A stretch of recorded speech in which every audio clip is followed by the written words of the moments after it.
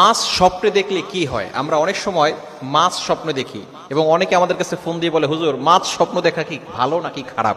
মুহাম্মদ ইবনে সিরিন রাহমাতুল্লাহি আলাইহি তিনি তার যুগের সর্বশ্রেষ্ঠ স্বপ্নের ব্যাখ্যাদাতা ছিলেন। তিনি তার খাবনামা গ্রন্থে জানিয়ে দিয়েছেন, যদি কোনো ব্যক্তি মাছ স্বপ্ন দেখে তাহলে এটা কি হতে পারে। যদি কোনো ব্যক্তি মাছ ধরতে দেখে, কয়েকটি দিক রয়েছে। এক নম্বর দিক হচ্ছে, কেউ মাছ ধরতে দেখে তাহলে এই স্বপ্নের ব্যাখ্যা হচ্ছে, যদি সে অবিবাহিত হয় তাহলে আল্লাহ তাআলা তার বিয়ের ব্যবস্থা করবে। আর যদি বিয়ে হয় এবং সে মাছ স্বপ্ন দেখে ধরতেছে, তাহলে আল্লাহ পাক রব্বুল আলামিন তাকে সন্তান দিবেন, সে সন্তান লাভে ধন্য হবে। এটা খারাপ বিষয় নয়। যদি কোনো ব্যক্তি মাছ ধরতে দেখতেছে তাহলে আল্লাহ পাক রব্বুল আলামিন তাকে সন্তান দিবেন যদি বিবাহ হয়। আর যদি বিবাহ না হয় তাহলে ভালো সঙ্গীর ব্যবস্থা করবেন, তার বিবাহ হবে।